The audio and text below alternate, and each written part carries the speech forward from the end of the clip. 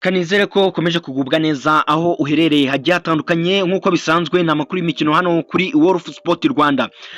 Umukino wahuzaga ikipe ya Rayon Sport ndetse n'ikipe ya Gorilla FC urangiye ikipe ya Rayon Sport ibyitwayemo neza, igitego kimwe ku busa nicyo kibashije gutandukanya amakipe yombi. Nk'uko bisanzwe rero banzure neza niba warakoze subscribe kugira ngo tujye dukomeza kugenda tubana, ubundi dukomeze tuvuga kabisa byinshi byaranze uyu mukino.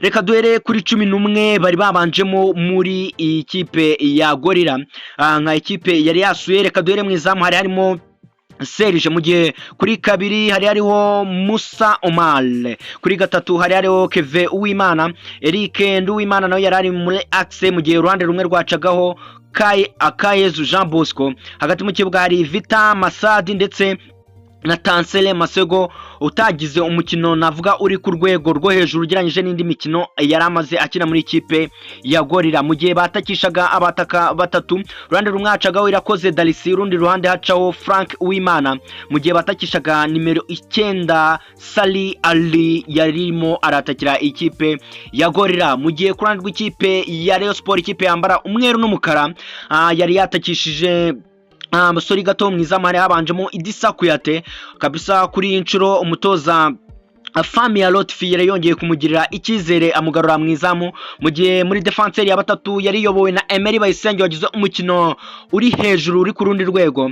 Kabange ndetse na Fabrice aribo bamufashaga mu kijyanye n'ubwugarizi. Ruhande rw'iburyo rwacagaho Selmogo Al Omar wari wambaye n'igitambaro cy'ubukapiteni, mu gihe urundi ruhande rwacagaho Musole Prince. Mu gihe muri mediane yari yobowe na Nsabimana Aimable, Tony Gloire Tambwe, Mohamed Chiri ndetse bakatakisha Tony Kitoga ruhande rumwe ndetse na Rukundo Abdurrahman Papre.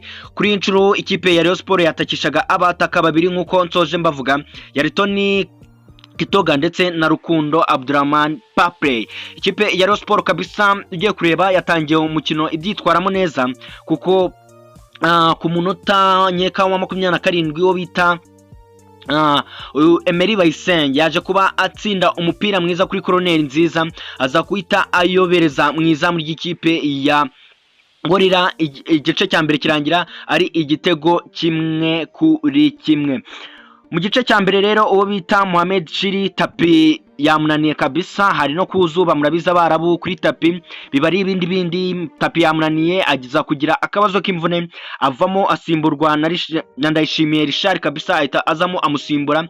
Igice cya mbere kirangira aruko nguko. Ugiye kureba iki mu gice cya mbere, ikipe ya Rayon Sport yageragezaga gukina umupira navuga umupira ushingiye cyane gufata baro, ubundi bagakina begera izamu rya Gorilla, mu gihe Gorilla yo yaheraga inyuma ya yubaka. Ugiye kureba ku ruhande rw'ikipe ya Rayon Sport mu gice cya mbere, umukinnyi witwa Emery Bayisenge ndetse na Tony Kitoga navuga ko aribo bakinyi bagize match nziza yo ku rundi rwego mu gice cya mbere. Ugiye kureba ku ruhande rw'ikipe ya Gorilla, nabo bakinye match nziza z'agapira gatuje, bagenda bahanahana bubaka bagerageza uburyo bwinshi bugiye butandukanye, kuko hari nka poto navuga yo mu gice cya mbere umusore bita Nduwimana Frank yaje gutera poto ku mupira mwiza warugaruye, bari bamuhereje assist nziza muri box, agerageza kukaroba umuzamu, umupira uragenda ukubita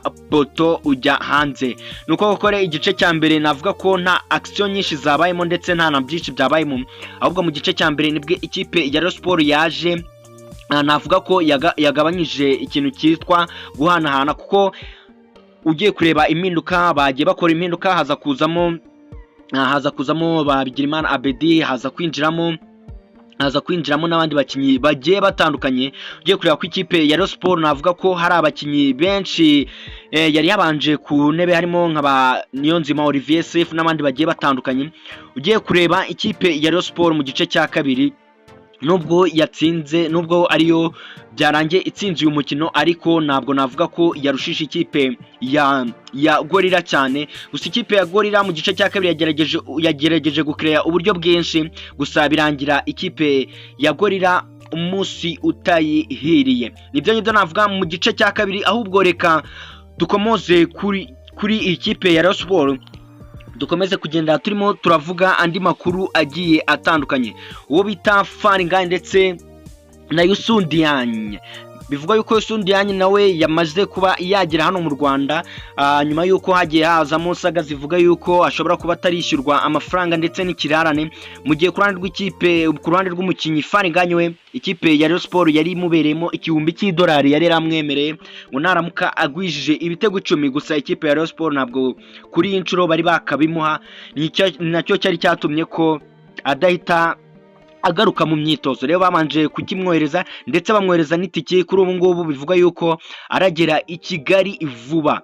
Ikipe ya Rayon Sport rero cyari mu cyumweru cya Rayon Week, murabyibuka ko umukino wa mbere warangiye batsinze ikipe ya Gasogi United ibitego 2, ibitego bya Bigirimana Bedi ndetse na Mohamed Chiri. Murabyibuka neza cyane, wari umukino navuga ko wari wabereye mu karere ka Nyanza ku ivuko, aho ikipe ya Rayon Sport yari yahereye iki cyumweru cya Rayon Week. Icyumweru cya Rayon Week rero kirakomezereza mu karere ka Rubavu, aho bari kwitegura umukino ukomeye kabisa uzabahuza n'ikipe ya Etense yari mu karere ka Rubavu. Icyo navuga cyo nuko ikipe ya Rayon Sport imiragerageza gukomeza igenda yiyubaka mu buryo bugiye butandukanye. Ugiye kureba kuva yatangira imikino ya pre-season ntiratsindwa, nubwo bamwe bagishidikanya ku mikinishirize y'umutoza Afahami ya Rotifi. Ntabwo twe tumenyereye defense y'abadefanseri batatu, ariko we ubona ko ikomeje kumuhira kuko mu mikino inamaje gukina ntarinjizwa igitego na kimwe mu izamu rye. Bivuze yuko iyi defense yiwe ishobora kuzatanga akazi muri iyi sezo dutangiye ya 2025-2026. Dukomeza kuri Rayon Week, nkuko naimaje kubivuga, bafitanye umukino na ikipe ya Etincelle. Byaba byiza bakazakina n'indi kipe izava hanze y'igihugu cy'u Rwanda, yari akabisa mu baturanyi ba Repubulika Iharanira Demokarasi ya Kongo mu mujyi wa Goma.